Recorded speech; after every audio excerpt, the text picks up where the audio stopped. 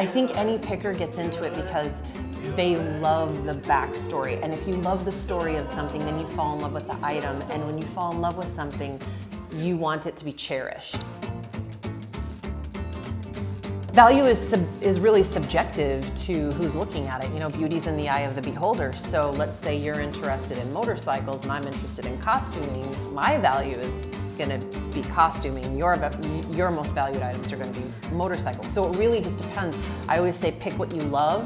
That's what Mike taught me.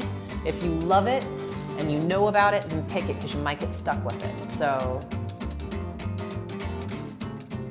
the most expensive, oh my gosh, there's so many expensive things out there. Motorcycles. The guys have such a huge collection of vintage motorcycles. So, I mean, you walk into Mike's home and in his home, in his living room, are vintage motorcycles from 1918, 1911. You know, there's Harley, there's Triumph, there's Indian motorcycles. So he's got a really great collection of really old motorcycles. So I would say that's where the most expensive items are.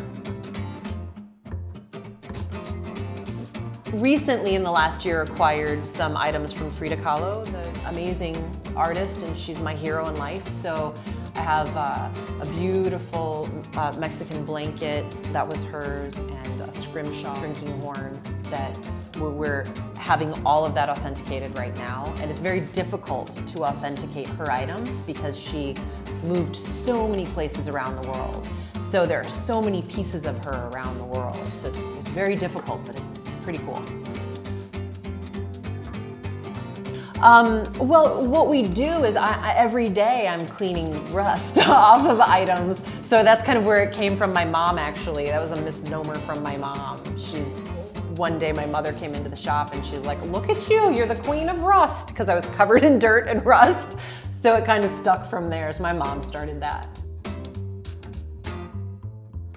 I think it's just an obsessive need to rescue history and put it in a place where it can be respected.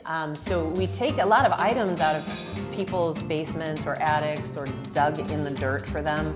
And to see them end up in a museum or in an amazing collection where they're gonna have a place of honor is really valuable to me. So I view us as stewards of history. We take something from the darkness and hopefully it can find a place in the light.